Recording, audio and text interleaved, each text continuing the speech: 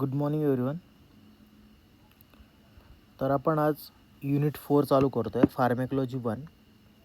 तर subject code आहे BP 404T. Okay. तर लास्ट युनिटमध्ये आपण बघितलं ड्रग्स ॲक्टिंग ऑन PNS म्हणजेच पेरिफेरल नर्व्ह सिस्टीम आपण बघितलं. त्यामध्ये आपण सिम्पॅथेटिक पॅरासिम्पॅथेटिक नर्व्ह सिस्टीम आपण बघितलं. म्हणजे ऑटोनॉमिक नर्व्ह सिस्टीमचे दोन पार्ट्स होते, त्याचे न्यूरोट्रान्समिटर्स बघितले. त्यांचा त्या ऑर्गन्सवर काय इफेक्ट आहे, त्यांना ब्लॉक करणारे ड्रग्स आपण त्या ठिकाणी बघितलं.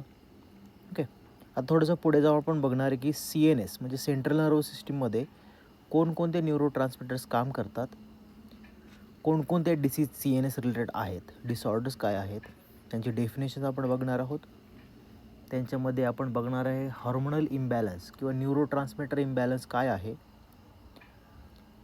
त्याचबरोबर त्याची ट्रीटमेंट काय किंवा त्याच्यामध्ये येणारे ड्रग्स कोणते, त्याचं मेकॅनिझम कसं, त्याची ॲडव्हर्स ड्रग रिॲक्शन कसे, फार्माकोकायनेटिक कसं, त्याचे युजेस काय आणि कॉन्ट्राइंडिकेशन आणि डोसेस आपण त्या ठिकाणी ड्रगचे बघणार आहोत. Okay.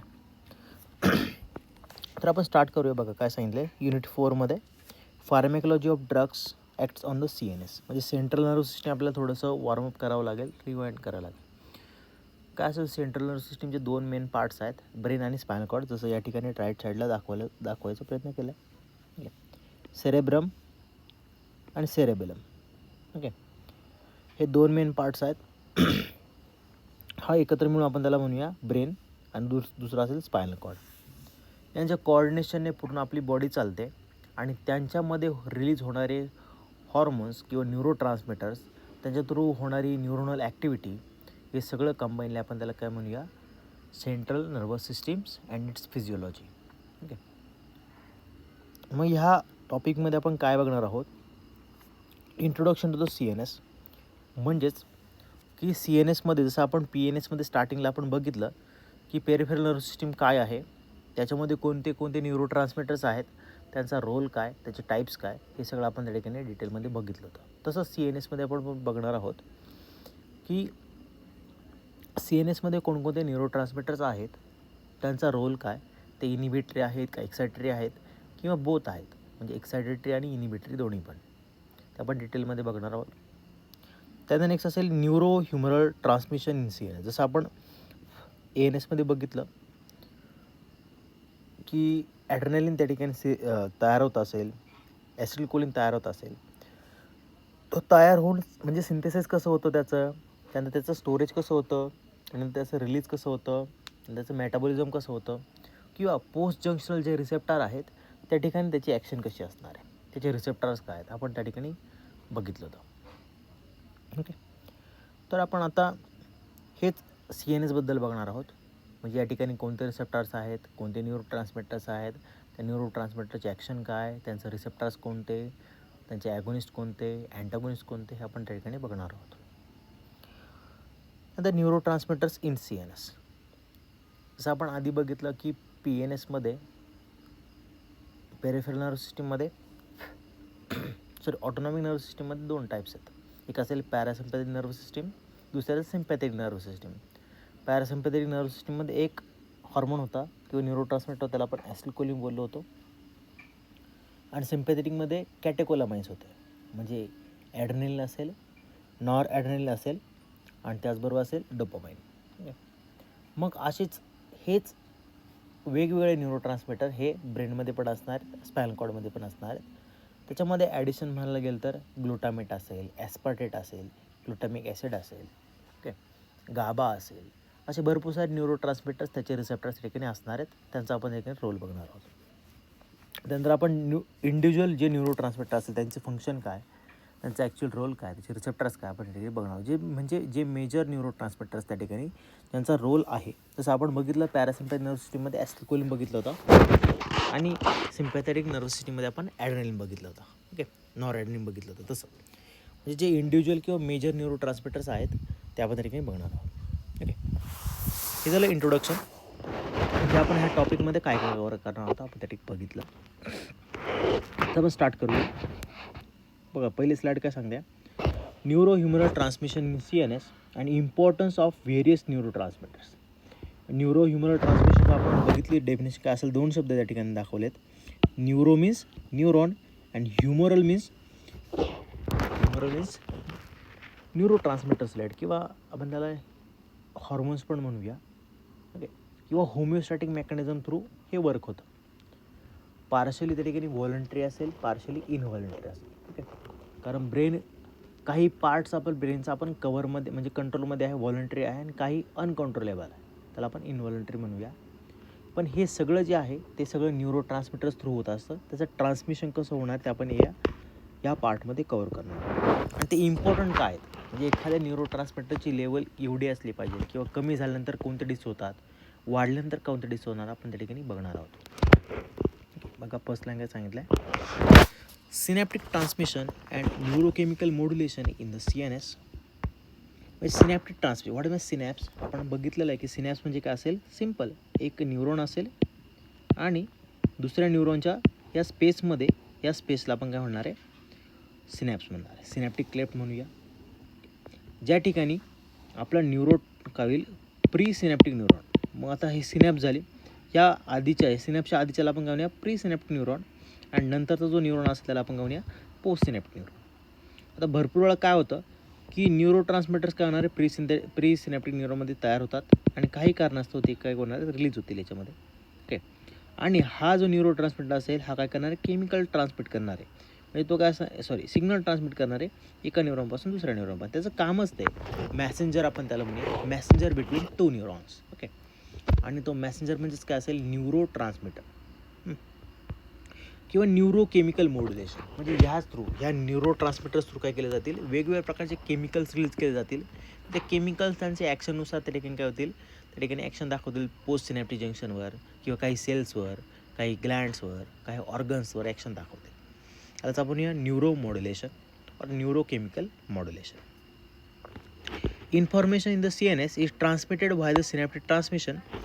न्यूरोट्रान्समिटर interact with specific receptor on adjacent neurons. जसं आपण बघितलं की काय असेल, ॲडजसंट न्यूरॉन म्हणजे जवळपास जो न्यूरॉन बरोबर त्याने सिनॅप्स तयार केलेली आहे, स्पेस बरोबर असणारे जे काही न्यूरॉन असेल, समजा 1 असेल किंवा 2 असेल किंवा 3 असतील, भरपूर सारे म्हणजे मल्टिपल जंक्शन त्या ठिकाणी असू शकतं. आणि त्याच प्री जंक्शनल न्यूरॉन थ्रू किंवा प्री सिनॅप्टिक न्यूरॉन थ्रू जे काही न्यूरो ट्रान्समिटर रिलीज केले जातील, त्याच्या नेचरनुसार त्या ठिकाणी काय होईल, रिस्पॉन्स त्या ठिकाणी जनरेट केला जाईल. Okay, neuromodulators are released from the non synaptic sites. म्हणजे नॉन सिनॅप्टिक साइट्स म्हणजे आता काय असणार आहे, फॉर एक्झाम्पल काही असतात फर्स्ट मॅसेंजर, काय असतात सेकंड मॅसेंजर. ओके, म्हणजे जसं आपण GPCRमध्ये बघितलं होतं, काय करतो GPCRमध्ये की जो G प्रोटीन असेल तो काय व्हायचा, जेव्हा तुमचा ॲगोनिस्ट त्या ठिकाणी बाइंड होईल, नंतर हा G प्रोटीन काय व्हायचा, ॲक्टिवेट केला जायचा, आणि त्यानंतर एक नवीन ॲडेनिन सायक्लेज किंवा अजून जे फॉस्फोलायपेज C असे वेगवेगळ्या प्रकारचे सेकंडरी मॅसेंजर्स तयार व्हायचे, आणि हे जाऊन सेलवर रिस्पॉन्स प्रोड्यूस करणार आहेत. ओके, तसंच याच्यामध्ये पण असेल की न्यूरो ट्रान्समिटर काय होईल, ॲक्च्युअल रिलीज केलं जाईल सिनॅप्समध्ये, आणि ह्या सिनॅप्समध्ये होणाऱ्या चेंजेसमुळे जे सेकंडरी मॅसेंजर्स तयार होतील त्याला आपण काय होणार आहे, न्यूरोमॉड्युलेटर्स. फॉर एक्झाम्पल या ठिकाणी दिलं आहे बघा, neuromodulators includes chemical mediators such as prostaglandin असेल, त्याच्यामध्ये न्यूरोपेप्टाइड्स असतील किंवा प्युरिन बेस असतील. ओके, काही असू शकता, हे काय बायोमॉलिक्युल्स असतील, आणि त्यांचं रेग्युलेशन म्हणजे त्यांचं रिलीज, त्याचं स्टोरेज, त्यांचं जे मेटाबॉलिझम आहे ते न्यूरो ट्रान्समिटर थ्रू केलं जाईल. ओके, त्यानंतर बघा नेक्स्ट काय आहे, these neuromodulators regulate synaptic transmission indirectly. म्हणजे सिनॅप्स किती वेळासाठी ओपन राहील, किती वेळानंतर बंद होईल, ती सिनॅप्स ओपन राहील का क्लोज होईल, किंवा त्या सिनॅप्समध्ये मेटाबॉलिझम किती प्रमाणात होईल, किंवा त्या सिनॅप्समधून किती मॉलिक्यूल आले, त्याच्यातून किती रिॲक्ट केले जातील, हे सगळं मॉड्युलेशन जे करताल आपण न्यूरोमॉड्युलेटर्स आपण बघितलेलंच आहे इंट्रोडक्शनमध्ये ANSच्या. ओके, तर neuro transmitters are acts as a secondary messenger. आपण बघितलं बघा काय सांगितलं आहे, neuromediators acts as secondary messenger mediated intracellular events after neuro transmitter binding. जेव्हा कधी न्यूरो ट्रान्समिटर बाइंड केले जातील आणि त्यानंतरच्या प्रोसेसमध्ये काय केले जातील, हे न्यूरो मॉड्युलेटर सिंथेस केले जातील, आणि त्यानुसार पोस्ट जंक्शनल ॲक्टिव्हिटी किंवा ती सिनॅप्टिक ॲक्टिव्हिटी त्या ठिकाणी रेग्युलेट केली जाईल. म्हणजे ती सिनॅप्स किती वेळसाठी ॲक्टिवेट राहील, किती वेळाने ते इनॅक्टिवेट होणार आहे किंवा त्यानुसार मग त्याचं जी ॲगोनिस्टची ॲक्टिव्हिटी त्या ठिकाणी डिपेंड असतील ह्या न्यूरोमॉड्युलेटर्स. ओके, नंतर आपण नेक्स्ट पार्ट बघूया की steps involved in neuro human transmission in the CNS. या CNSमध्ये जसं आपण बघितलं ENSमध्ये पण की त्या ठिकाणी स्टेजेस होत्या. फॉर एक्झाम्पल पहिल्यांदा काहीतरी सिंथेसिस होईल त्या न्यूरो ट्रान्समीटरचा, त्यानंतर तो सिंथेसिस झाला न्यूरो ट्रान्समीटर ग्रॅन्ड्युलर फॉर्ममध्ये असेल आणि त्यानंतर तो व्हेसिकलमध्ये जाऊन काय होईल, स्टोअर केला जाईल. आणि त्यानंतर जेव्हा कॅल्शियम त्याच्याशी फ्यूज केलं जाईल आणि त्यानंतर काय होईल, तो जी व्हेसिकल आहे प्रीसिनॅप्टिक व्हेसिकल ती रप्चर केली जाईल. रप्चर केली म्हणजे तुटून जाईल, त्याची बाहेरची जी व्हेसिकल बायलेअर असेल तुटून जाईल आणि त्यामध्ये असणारा जो मॉलिक्यूल आहे किंवा जो काही न्यूरो ट्रान्समीटर आहे तो काय होईल त्या ठिकाणी सिनॅप्समध्ये रिलीज होईल with the help of exocytosis process. जसं exo means outside, cyto means cell, sis means process, म्हणजे त्या सेलमधून व्हेसिकल म्हणजे ॲज अ सेल असेल आणि त्याच्यातून काय होईल, तो सबस्टन्स बाहेर येईल after fusing with the calcium molecules. Okay, हे आपण बघितलं. तसंच सिमिलरच आहेत, थोडेसे चेंजेस असतील. कारण का असेल त्या ठिकाणी आपण बघितलं तर PNSमध्ये पॅरासिम्पॅथेटिक नर्व्हस सिस्टीममध्ये आपण बघितलं की त्या ठिकाणी असेल आपला ॲसिटिल्कोलिन, सिम्पॅथेटिक नर्व्हस सिस्टीममध्ये असेल ॲड्रेनलिन, आणि डोपामाइन. पण या ठिकाणी असेल कोणतेही असू शकतं, म्हणजे ग्लुटामेट असू शकेल, गाबा असू शकेल, ओके, ॲस्पार्टेट असू शकेल. कारण थोडेसे ॲडव्हान्स किंवा थोडेसे जास्त न्यूमरस या ठिकाणी काय असेल न्यूरो ट्रान्समीटर्स असणार आहेत. म्हणून CNSमध्ये काय असेल थोडेसे जास्त अमाऊंटमध्ये ठिकाणी काय न्यूरो ट्रान्समीटर असणार आहे, कारण कॉम्प्लेक्स रिॲक्शन्स आहेत ना. ओके, म्हणून मग काय सांगितलं पहिलं, सिंथेसिस ऑफ न्यूरो ट्रान्समीटर. आपल्याला न्यूरो ट्रान्समीटरची ॲक्टिव्हिटी त्या ठिकाणी दाखवायची आहे किंवा न्यूरो ट्रान्समीटर पहिल्यांदा सिंथेसिस करावं लागेल किंवा त्या ठिकाणी बॉडीमध्ये ती न्यूरो ट्रान्समीटर असला पाहिजे. बघा पहिलं काय होईल, neuro transmitter is synthesise in the presynaptic neuron either in the soma or at the nerve terminal. Okay, म्हणजे काय होईल, आधी प्रीसिनॅप्टिक न्यूरॉनमध्ये तुमचा न्यूरो ट्रान्समीटर सिंथेसिस केलं जाईल. आता सिंथेसिस होणार, पण तो कुठे केलं जाईल? फॉर एक्झाम्पल आपण ॲसिटिल्कोलिनमध्ये बघितलं तर की सोडियम चॅनल थ्रू काय होतं, कोलिन आतमध्ये येतो. ओके, आणि मायटोकॉन्ड्रिया थ्रू ॲसिड येतो आणि ह्याचं फ्युजन केलं जाईल. ओके, आता हे स्पेसिफाय नाही आहेत. जेव्हा आपण स्पेसिफिक बघूया तेव्हा आपण बघूया कोणाचा प्रिकर्सर तो कोणत्या चॅनल थ्रू आतमध्ये येतो आहे की आधीच प्रेझेंट असतो आहे प्रीसिनॅप्टिक न्यूरॉनमध्ये.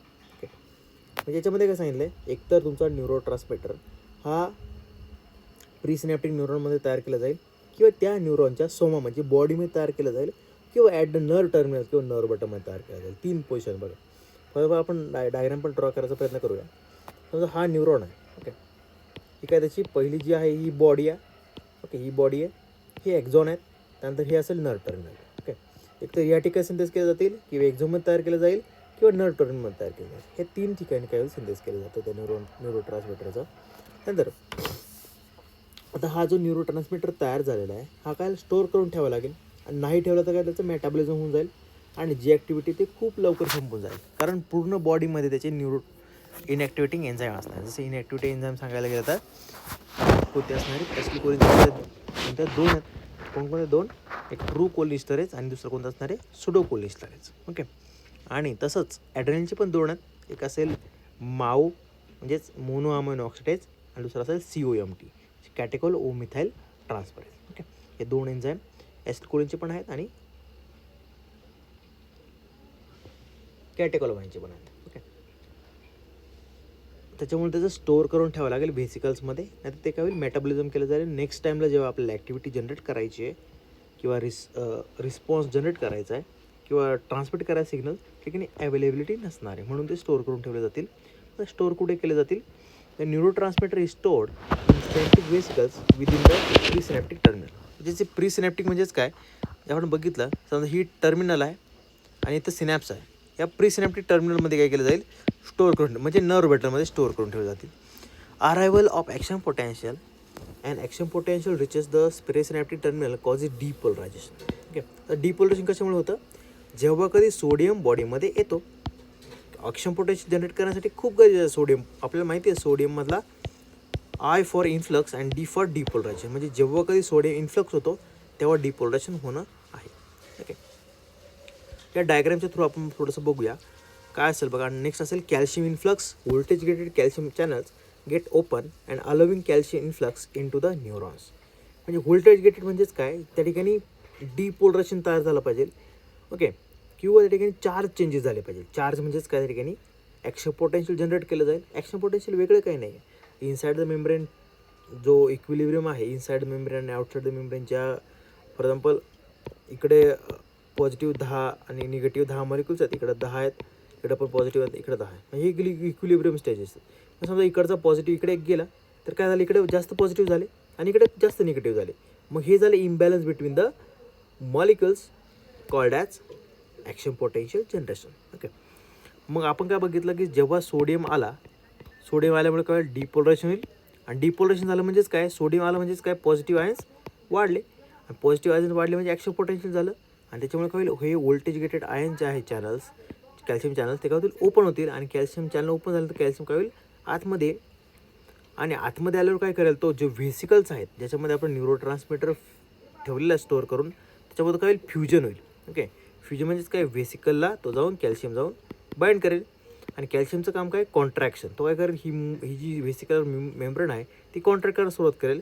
आणि मग इकडं काय होईल, प्रेशर जनरेट होईल आणि इकडून काय होईल, तुमचे न्यूरोट्रान्समीटर रिलीज केले जातील with the help of exocytosis process. Okay, या ठिकाणी डायग्राममध्ये दाखवायचा प्रयत्न केला आहे बघा. काय असेल, ही प्री सिनॅप्टिक किंवा नर्व टर्मिनल आहे. ओके, आपण याला सिनॅप्स म्हणूया. हा सिनॅप्स असेल. तर बघ काय झालं, न्यूरोट्रान्समीटर हे जे आतमध्ये आहे त्याला आपण व्हेसिकल म्हणूया बाहेर. आणि जे आतमध्ये काय जे पार्टिकल्स आहेत त्याला आपण म्हणूया न्यूरोट्रान्समीटर्स म्हणूया. सिनॅप्टिक व्हेसिकल, आता याला प्री सिनॅप्टिक हा शब्द टाकणं गरजेचं आहे, कारण हा सिनॅप्स आहे याच्या आधीचं आहे म्हणून आपण त्याला काय प्री सिनॅप्टिक म्हणूया. नंतर आपण बघूया काय बघा, neurotransmitter reuptake pump. Neurotransmitter reuptake म्हणजे फॉर एक्झाम्पल समजा आपल्याला गरज आहे फक्त 10 मॉलिक्युलची, या ठिकाणी समजा 15 मॉलिक्युल किंवा 20 मॉलिक्युल रिलीज झाले असेल सिनॅप्समध्ये, तर उरलेले ते 5 आणि 10 मॉलिक्युल्स आपल्याला परत रियूजसाठी वापरायचे आहेत. मग हे परत काय घेतले जातात, परत रिटर्न घेतले जातील ह्या रिएप्टिक चॅनलवरून. नेक्स्ट काय सांगितलं आहे, न्यूरोट्रान्समीटर रिसेप्टर म्हणजेच जे पोस्ट जंक्शन रिसेप्टर असेल किंवा पोस्ट जंक्शनल जो काय ज्या ठिकाणी रिसेप्टर आहे, फॉर एक्झाम्पल ते सेल असतील, मसल असेल, टिश्यू असेल, काही असू शकतं, त्या ठिकाणी जे रिसेप्टर आपण म्हणूया न्यूरोट्रान्समीटर रिसेप्टर. जसं आपण बघितलं तर ॲसिटिल्कोलीनचे कोणते ते मस्कॅर्निक M1, M2, M3, M4, 5 आणि निकोटीनचे आपण बघितले ते NN आणि NM. ओके, तसं आपण ॲड्रेनर्जिक पण बघितले. ॲड्रेनर्जिक कोणते होते आपण बघितले, अल्फा आणि बीटा. अल्फामध्ये अल्फा 1, अल्फा 2 आणि बीटामध्ये बीटा 1, बीटा 2 आणि बीटा 3. ओके, तसंच या ठिकाणी जे न्यूरोट्रान्समीटर असतात त्यांचे पण काय असतात ठिकाणी वेगवेगळे रिसेप्टर असणार आहे, ते आपण त्याकडे बघूया डिटेलमध्ये. तर या ठिकाणी दाखवायचा प्रयत्न केला, calcium voltage gated calcium ions. काय होईल, जेव्हा कधी व्होल्टेज जनरेट होईल म्हणजे डिपोलरायझेशन आतमध्ये तयार होईल, काय होईल, ओपन केले जातील आणि काय होईल, कॅल्शियम आतमध्ये जाईल. कॅल्शियम याला फ्यूज झाला तर काय होईल, ही जी व्हेसिकल आहे ती एक्झोसायटिस प्रोसेसवर काय होईल, न्यूरोट्रान्समीटर रिलीज करून टाकेल. आणि न्यूरोट्रान्समीटर काय करतील, ह्या जे पोस्ट जंक्शन रिसेप्टर आहेत किंवा जे काय मसल आहे त्याच्यावर जे रिसेप्टर असतात ह्या न्यूरोट्रान्समीटरचे, यातून काय होईल, ॲक्शन दाखवली जाईल. नंतर बघा नेक्स्ट काय झालं, bind to the post synaptic receptor. जेव्हा कधी न्यूरोट्रान्समीटर पोस्ट सिनॅप्टिक रिसेप्टर जाऊन बाइंड होईल, त्यानंतर काय होईल, त्याची जी त्या न्यूरोट्रान्समीटरनुसार तो न्यूरोट्रान्समीटर एक्सायटेटरी आहे, इनिबिटरी आहे, त्यानुसार काय केलं जाईल, तो त्या ठिकाणी ॲक्शन दाखवायला सुरुवात करेल. नेक्स्ट सांगितलं बघा, post synaptic response receptor activation lead to the ion channel opening और second messenger cascade altering the post synaptic neuronal activity. म्हणजे जे काही फॉर एक्झाम्पल आता आपण ॲसिटिल्कोलीनमध्ये बघितलं होतं, M1, M2, M3, M4, 5 हे काय मस्कॅरिन रिसेप्टर आहे, त्या थ्रू ते वेगवेगळे ज्या ठिकाणी रिसेप्टर आहेत त्या ठिकाणी काय होईल, ॲक्शन दाखवतील. किंवा तो NN रिसेप्टर असेल तर मग ते ऑटोनॉमिक गँग्लिया स्टिम्युलेट केले जातील, किंवा मग त्या ठिकाणी NM असेल तर कॉन्ट्रॅक्शन वाढेल, या सगळ्या गोष्टी ठिकाणी असतील. पण जर त्या neurotransmitter through secondary Messenger synthase होत असतील तर ते काय केलं जाईल, सेकंडरी मॅसेंजरच्या ॲक्टिव्हिटीनुसार ते काय होईल, तुमच्या सेल्युलर रिस्पॉन्स प्रोड्यूस केला जाईल. तर नेक्स्ट असेल बघा, टर्मिनेशन ऑफ द सिग्नल. म्हणजे समजा आपल्या बॉडीमध्ये तो सिनॅप्स जे न्यूरोट्रान्समीटर रिलीज झालेत यांच्या आपल्या बॉडीवर जी ॲक्शन होती झाली, आता पूर्ण झाली आहे. मग आता उरलेले जे न्यूरोट्रान्समीटर करायचं काय, तर काय करतात, 2 प्रोसेस असतील. एक तर तो रिअपटेक केला जाईल फॉर द फर्दर यूज, दुसरा असेल त्याचं मेटाबॉलिझम होणार. Okay, either it get reuptake from this synapse और get metabolise by the inactivating enzymes और मेटाबलायझिंग एन्झाइम. जसं आपण बघितलं आहे की ॲसिटिल्कोलिनचे 2 होते, सुडोकोलिनेस्टरेज, ट्रूकोलिनेस्टरेज. तसंच ॲड्रेनलिनचे पण होते. कोणते होते? माओ आणि COMT. ओके. तसंच प्रत्येक प्रत्येक न्यूरोट्रान्समीटर ठिकाणी काय इनॅक्टिव्हिटी एन्झाइम आहे to termination of that particular activity of neurotransmitter. The neurotransmitter action is terminated by enzymatic degradation. For example, acetylcholineचं enzymatic degradation कोण करत होतं? Acetylcholinesterase or either reuptake into the synaptic neuron. म्हणजे त्या जे neuron आहेत, जे synapse आहेत त्याच्या आधीचा जो न्यूरॉन आहे प्री सिनॅप्टिक न्यूरॉन, त्या ठिकाणी आपण बघितलं काय असणार या ठिकाणी बघा, रिअपटेक चॅनल पंप त्यामुळे परत रिटर्न घेतले जाते. Diffusion away from the synaptic cleft. Diffusion away म्हणजे काय?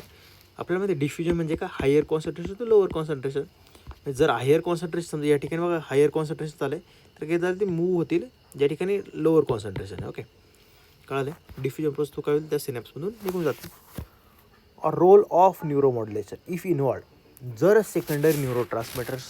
सेकंडरी मॅसेंजर्स तयार होत असतील न्यूरोट्रान्समीटरच्या बाइंडिंगमुळे, तर त्या ठिकाणी नक्कीच काय होईल, न्यूरोमॉड्युलेशन सिंथेस केले जातील आणि त्यांच्यावर डिपेंड असेल की तो जे सिनॅप्स आहे तो किती काळासाठी ओपन राहणार आहे, किती वेळ तो ॲक्टिवेट राहणार आहे, त्या थ्रू किती वेळ ॲक्शन दाखवणार, हे सगळं डिपेंड असेल. ओके, परत रिपीट ॲक्टिव्हिटी दाखवायचा प्रयत्न केला होता आपण. परत रिवाईज करूया. काय होईल, पहिल्यांदा आपण बघितलं की न्यूरोट्रान्समीटर पहिले सिंथेस केले जातील. सिंथेस केल्यानंतर ते काय होतील, स्टोअर केले जातील प्री सिनॅप्टिक वेसिकल्समध्ये.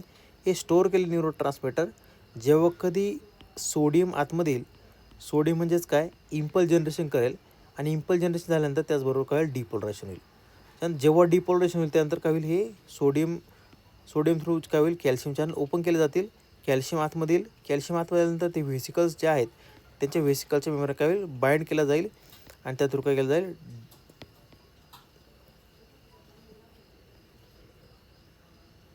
बाइंडिंग केल्यामुळे काय डिफ्यूज होईल, ही मेम्ब्रेन काय होईल, डिफ्यूज होईल, तुटून जाईल आणि with the help of exocytosis process काय केलं जाईल, या ठिकाणी रिलीज केले जातील न्यूरोट्रान्समीटर. ओके, न्यूरोट्रान्समीटर रिलीज झाल्यानंतर बघा काय होईल, एकतर ते न्यूरोट्रान्समीटर त्याच्या रिसेप्टर जाऊन बाइंड करतील आणि जी काय ॲक्शन असेल ती दाखवणार आहे. ओके, जर ते एक्स्ट्रा न्यूरोट्रान्समीटर ठिकाणी रिलीज झालं असेल, एकतर ते रिॲप्टेक केले जातील किंवा एकतर त्याचं मेटाबॉलिझम होईल किंवा जास्त कॉन्सन्ट्रेशनमुळे त्याचं काय डिफ्युजन होईल, ते निघून जातील इकडे. ओके, एवढं त्याच्यामध्ये इम्पॉर्टंट आहे की न्यूरो ह्युमरल ट्रान्समिशन काय आहे. ओके, नंतर आपण बघूया in detail classification of neuro transmitters. असं आपण बघितलं होतं की एक्साइटेटरी कोणते आहेत, इनिबिटरी कोणते आहेत किंवा बोथ, म्हणजे काही होमिओस्टॅटिक मेकॅनिझम थ्रू, म्हणजे बॉडीला गरज काय आहे त्यानुसार ते न्यूरो ट्रान्समीटर ॲक्ट करणार आहे. समजा बॉडीला डिप्रेशन करायचं असेल तर ते डिप्रेसिव्ह ॲक्शन दाखवतील, म्हणजे इनिबिटरी ॲक्शन. ओके, आणि जर बॉडीला एक्साइटेटरी ॲक्शन पाहिजे असेल तर ते एक्साइटेटरी ॲक्शन दाखवते by binding to the another receptors. Okay, जसं आपण बघितलं आहे M1, M3, M5 हे काय कोणते आहेत, M1, M3 आणि M5 काय इनिबिटरी इनिबिटरी रिसेप्टर होत आहेत आणि स्टिम्युलेटरी कोणते आहेत, M2 आणि M4. ओके, E1 रिसेप्टर स्टिम्युलेटरी उलटं झालं. ओके, M2 आणि M4 काय इनिबिटरी आहेत आणि M1, M3 आणि M5 काय एक्साइटेटरी आहेत. ठीक आहे, एक्साइटेटरी न्यूरो ट्रान्समीटर बघ काय असणार आहे, ग्लुटामेट आहे, अस्पार्टेट आहे. त्यानंतर मोनोअमाइन्समध्ये काय आहे बघा, डोपामाइन, नॉरेपिनेफ्रिन, सेरोटोनिन, हिस्टामाइन. कोलिनर्जिकमध्ये ॲसिटिल्कोलिन. न्यूरोपेप्टाइड्समध्ये सबस्टन्स P, एन्कॅफिलान्स, एंडोर्फिन्स. त्यानंतर एंडोर्फिन्सबद्दल सांगायचं तर हॅपी हॉर्मोन्स आपण त्याला म्हणतो. ओके, त्यानंतर न्यूरोपेप्टाइड Y असेल, प्युरिन्स असेल, ॲडेनोसिन असेल, ATP असेल. हे सगळे काय डिपेंड, म्हणजे एक्साइटेड न्यूरो ट्रान्समीटर. याच्यामुळे काय होईल, बॉडीची ॲक्टिव्हिटी वाढते. गॅस न्यूरो ट्रान्समीटरमध्ये बघा नायट्रिक ऑक्साईड असेल, कार्बन मोनॉक्साईड असेल, हे काय सगळे न्यूरो ट्रान्समीटर ठिकाणी प्रत्येकाचं त्या ठिकाणी काय दिलं आहे, फंक्शन दिलेलं आहे थोडं बघा. Glutamate, aspartate major excited neuro transmitter in the CNS. हे मेजर आहेत दोन, ग्लुटामेट आणि ॲस्पार्टेट. त्यानंतर डोपामाइन असेल, नॉरेपिनेफ्रिन असेल, सेरोटोनिन असेल किंवा हिस्टामाइन असेल. हे बघा कशासाठी related, involvement in the mood, attention, reward and motor activity. त्यानंतर ॲसिटिल्कोलिन बघा कशासाठी, अराउझलसाठी असेल, म्हणजे डिझायर टू द सेक्स. नंतर लर्निंग असेल, मेमरी असेल किंवा मोटर कंट्रोल असेल, हे सगळे याच्या थ्रू रेग्युलेट केले जातील ॲसिटिल्कोलिन थ्रू. जसं आपण बघितलं PNS थ्रू पण रेग्युलेट केले जातात, PNSमध्ये पण हेच ॲक्टिव्हिटी दाखवतात होते. सबस्टन्स पी असेल, एन्कॉफिलिन्स असेल, त्यानंतर एन्डॉर्फिन्स असेल किंवा न्यूरोपेप्टाइड वाय असेल. हे कशासाठी इम्पॉर्टंट तर modulate pain. Okay. Substance P म्हणजे फॉर एक्झाम्पल आपल्या बॉडीमध्ये पेन आहे. ओके. तसं सबस्टन्स पी हा काय करतो सांगत असतो की बाबा त्या ठिकाणी पेन आहे किंवा ते पेन रिसेप्टर नोसी रिसेप्टर असतात त्यांना काय स्टिम्युलेट करत राहतात. ओके. नंतर स्ट्रेस रिस्पॉन्स असेल, ॲपेटाईट असेल, भूक मंदावणे किंवा भूक वाढणे, इमोशनल बिहेवियर हे सगळं याच्या थ्रू केलं जाईल. म्हणजे एंडोर्फिन्स असेल तर इमोशनल लेवल कमी होते आणि एक्साइटमेंट लेवल वाढते किंवा हॅप्पी हॉर्मोन्स त्या ठिकाणी आपण त्याला म्हणतो. कारण त्याने काय होतं एक्साइटमेंट वाढते आणि जो डोपामाइनची लेवल असते ती रेग्युलेट केली जाते. ओके. अपोजिट ॲक्शन दाखवणार आहे ते. नेक्स्ट असेल adenosine ATP act on the purinergic receptor modulating neuro transmission and neuro protection. Okay. सगळ्या गोष्टी काय असणार आहेत न्यूरो ट्रान्समिशन एक्साईट करणे, वाढवणे, कारण हे ATP आहे. ओके. आणि आपल्याला माहिती एनर्जीशिवाय काही गोष्टी होत नसतात आणि हे थ्रू काय केलं जाईल इन्क्रीज केलं जाईल. त्याला आपण म्हणूया एक्साइटमेंट न्यूरो ट्रान्समिटर. तर नेक्स्ट असेल नायट्रिक ऑक्साईड असेल, कार्बन मोनॉक्साईड असेल, हे डिफ्युजेबल गॅसेस आहेत. ओके. मॉड्युलेटिंग सिनॅप्टिक प्लास्टिसिटी म्हणजे जर तो जी सिनॅप्स आहे ही काही काळासाठी ओपन ठेवायची असते. ओके. प्लास्टिक म्हणजे काय पॉज करायचे. ओके. म्हणजे जे रिलीज आहे ते वाढतच चाललं आहे, काही काळासाठी वाढेल, तोपर्यंत काय होईल हा न्यूरो ट्रान्समिटर किंवा हा न्यूरॉन जास्त त्या ठिकाणी काय होईल ॲक्टिवेट केलं जाईल. ही पॉज प्रोसेस असणार आहे. म्हणजे हे न्यूरो ट्रान्समिटर रिलीज केले जातील आणि हे पण काय होतं रिसेप्टर ॲक्युपाय करतील आणि त्या ठिकाणी ॲक्शन दाखवतील. म्हणजे सिनॅप्स त्या ठिकाणी काळासाठी ॲक्टिवेट राहील आणि यालाच आपण प्लास्टिसिटी म्हणूया. हे कोण रेग्युलेट करतं नायट्रिक ऑक्साईड असेल, कार्बन मोनॉक्साईड असेल, असे डिफ्युजिबल गॅस असतील. नंतर इनिबिटर न्यूरो ट्रान्समिटरमध्ये बघा काय असेल गाबा. आता गाबा खूप इम्पॉर्टंट आहे कारण आपले भरपूर सारे ड्रग्ज हे गाबा ॲगोनिस्ट असणार आहेत. म्हणजे बार्बिट्युरेट्स असेल, बेन्झोडाझेपिन्स असतील, काही अनॅस्थेटिक्स असतील, हे सगळे गाबा रिसेप्टरवर जाऊन बाइंड करतात आणि त्याला काही यांना स्टिम्युलेट करतात. आता इथं कन्फ्युजन कसं होतं स्टिम्युलेट झाल्यानंतर मग स्टिम्युलेट आपण शब्द वापरतो मग गाबा तर काय हा इनिबिटर न्यूरो ट्रान्समिटर म्हणजे फॉर एक्झाम्पल हा काय खाली नाही आहे. फॉर एक्झाम्पल ही तुमची स्टेट आहे बॉडीची. ओके. आणि गाबा का एक न्यूरो ट्रान्समिटर तो कोणता इनिबिटरी आहे. म्हणजे तुमची काय की आपण याला इनिबिटरी ॲक्शन म्हणूया, हे डिप्रेशन ॲक्शन म्हणूया. ओके. मग आपलं गाबा रिसेप्टर स्टिम्युलेट करतो म्हणजेच काय याची ॲक्टिव्हिटी काय होणार आहे वाढणार आहे. मग यालाच आपण काय म्हणे इनिबिटर न्यूरो ट्रान्समिटर म्हणून याचेच आपल्या करायचे ड्रग्ज बघायचे, त्याची मेकॅनिझम बघायची आहे. ओके. स्ट्रक्चर बघायचे काय नेमकं गाबा रिसेप्टर काय असेल बघा. न्यूरो ट्रान्समिटर गाबाला आपण म्हणूया गामा अमायनो ब्युट्रिक ॲसिड. त्याचं प्रायमर लोकेशन बघा कुठे असेल cerebral cortex, hippocampus, cerebellum, basal ganglia या ठिकाणी प्रायमरी तो प्रेझेंट असेल. तसं ऑल ओव्हर बॉडी असतो म्हणजे पूर्ण मसल रिलॅक्स करायचं किंवा CNS डिप्रेस करायचं या ठिकाणी भरपूर ठिकाणी गाबा रिसेप्टर असतील आणि तो काय ॲक्टिव्हिटी दाखवली जाते. फंक्शन्स बघा काय primary inhibitor neurotransmitter in the brain. Inhibitor neurotransmitter म्हणजे मोस्ट ऑफ टाईम जो असेल न्यूमरस असेल त्याला आपण काय गाबा रिसेप्टर असेल. Reduce neuronal excitability, prevent seizures, regulate anxiety and motor coordination हे सगळं बघा काय असणार आहेत. फॉर एक्झाम्पल त्याची समजा न्यूरन एक्सायटेबिलिटी कमी करतो आहे म्हणजे समजा एखादा पेशंट असेल त्याला शांत करण्यासाठी आपण ड्रग वापरूया का न्यूरन एक्सायटिबिलिटी कमी करते म्हणजे अँटीबिलेटिक ॲक्शन दाखवेल, एखादा अँटीमॅनिक ॲक्शन दाखवेल, अँटीसायकोटिक ॲक्शन दाखवेल, हे सगळ्या ॲक्टिव्हिटी काय कमी होणार आहेत. नेक्स्ट बघा सांगितलं आहे प्रिव्हेंट सीझर्स. अँटीप्लेप्टिक ॲक्शनमध्ये आपण हा ड्रग असेल म्हणजे गाबा रिसेप्टरला जो स्टिम्युलेट करतो आहे ते सगळे ड्रग्ज बघा काय ॲक्टिव्हिटी असेल न्यूरल एक्सायटेबिलिटी कमी करणं, सीझर कमी करणं, एन्झायटी म्हणजे अँटी एन्झायटी ड्रग्ज असतील, एन्झायटी ड्रग्ज असेल जो गाबावर ॲक्ट करतो आहे तो. ग्लायसिन काय mainly present in spinal cord, brainstem and retina. Inhibit motor neurons, control reflexes and muscle tone and works synergistically with गाबा.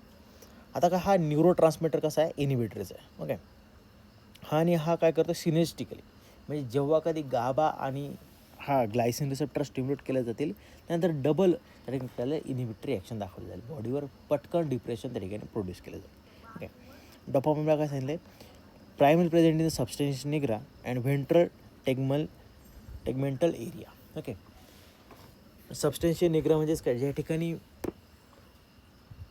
ठिकाणी हे न्यूरोट्रान्स किंवा आपण त्याला म्हणूया जी मिडल व्हेंट्रिकल आहे ब्रेनची त्या ठिकाणी आपण सबस्टेन्शियल निग्रा आपण त्याला म्हणतो, ज्या ठिकाणून न्यूरो ट्रान्समिटर रिलीज केले जाते आणि त्या ठिकाणी मेन कोणता असेल डोपामाइन असेल. आणि तो कशासाठी इम्पॉर्टंट असेल जर तो डोपामाइन रिलीज झाला बॉडीमध्ये तर तो प्लेजर हॉर्मोन आहे. ओके. पहिलं तर आपल्याला माहिती आहे तो काय प्लेजर हॉर्मोन आहे. मग या थ्रू अजून काही इफेक्ट आहे त्याच्या बॉडीवर जर ती म्हणजे ज्याच्या बॉडीमध्ये रिलीज होते त्यानुसार पण ॲक्शन होईल. फॉर एक्झाम्पल ती लॅक्टिंगमध्ये असेल तर प्रोलॅक्टिंग हॉर्मोन त्याचं काय होईल, रिलीज कमी केलं जाईल. म्हणजेच मॅमरी ग्लँडचं सिक्रेशन काय केलं जाईल, कमी केलं जाईल. मॉड्युलेटिंग मोटर कंट्रोल, जे मोटर कंट्रोल आहेत बॉडीचं कोऑर्डिनेशन ते पण कमी केलं जाईल. And involved in reward behaviour and emotion, म्हणजे रिवॉर्ड एखादा समजा आपण सेल्फ रिवॉर्ड दिला नंतर हे डोपामाइन रिलीज केलं जातं. प्लेजर म्हणजे आपल्या आत्मिक शांतता भेटते. बिहेवियर असेल म्हणजे एखादी गोष्ट आपण वागलो त्याच्यातून समाधान भेटत असेल तर तो काय ठिकाणी डोपामाइनर्जिक स्टिम्युलेशन होतं, म्हणजे प्लेजर भेटतो, आनंद भेटतो. किंवा काय असेल इमोशन्स आपण जेव्हा बोलतो आणि जर आपलं व्यवस्थित म्हणजे भावना व्यक्त करता आल्या तर टेक्निकल डोपामाइन व्यवस्थित रिलीज होत असतो. त्यानंतर आपण बघूया की बोथ एक्सायटेड आणि इनिव्हेटरी कोणतं. काय सांगितलं, ग्लुटामेट असेल. ग्लुटामेट काय हा बोथ ॲक्शन आहे. तो कुठे कुठे प्रेझेंट आहे, सेरेब्रल कॉर्टेक्समध्ये प्रेझेंट असेल, हिपोकॅम्पसमध्ये प्रेझेंट असेल, थॅलॅमसमध्ये असेल, स्पायनल कॉर्डमध्ये असेल. ओके, वाईडली व्हरायटी त्या ठिकाणी फंक्शन पण त्याचे बघा. Major excited neurotransmitter in the CNS involved in learning via NMD receptor, N methyl D aspartate receptor तो काय केलं त्या ठिकाणी ॲक्शन दाखवली जाईल. Mediated synaptic plasticity and long term potentiation axis activity link to the excitotoxicity in stroke and epilepsy. जर हे खूपच जास्त प्रमाणात वाढलं त्याच्यामुळे काय होईल, इपिलेप्सी किंवा स्ट्रोकसारखा अटॅक होऊ शकतो पर्सनला. म्हणजे एखाद्या पर्सनला ट्रॉमा होतो, ओके, किंवा खूप आनंदात वेडं होणं, हे कशा म्हणतात, हे ग्लुटामेटच्या ओव्हर रिलीजमुळे होतं. कारण ते काय ओव्हर स्टिम्युलेशन केलं जाईल आणि ब्रेन एक्साइटेडमेंटमुळे त्या ठिकाणी त्या पर्सनला स्ट्रोक किंवा इपिलेप्सी अटॅक त्या ठिकाणी येऊ शकतो. तर ॲस्पार्टेड बघा, ॲस्पार्टेड बघा कुठे कुठे प्रेझेंट आहे. प्रायमर लोकेशन काय, ventral spinal cord, cerebral cortex. त्याचं मेन काम बघा, excited neuro transmitter stimulate through the NMD receptor plays and important role in synaptic transmission especially in spinal cord adjust.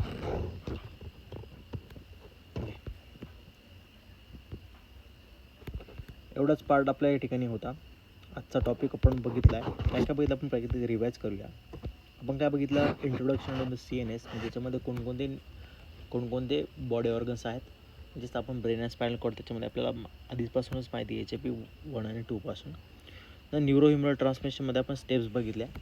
Neuro transmitters of the CNS बघितलं, म्हणजे major neuro transmitters कोणते आहेत, एक्सायटेटरी कोणते आहेत, इनिव्हिटरी कोणते आहेत आणि बोथ असणारे कोणते आहेत. आणि इंडिव्हिज्युअल न्यूरो ट्रान्समिटरबद्दल आपण इन्फॉर्मेशन बघितली की ते एक्सायटेटरी आहेत आणि मग त्यांचं ॲक्शन कसं किंवा काय कोणत्या रोलमध्ये ते इम्पॉर्टंट असतात. ओके, तर आपण नेक्स्ट लेक्चरला बघूया. थँक्यू.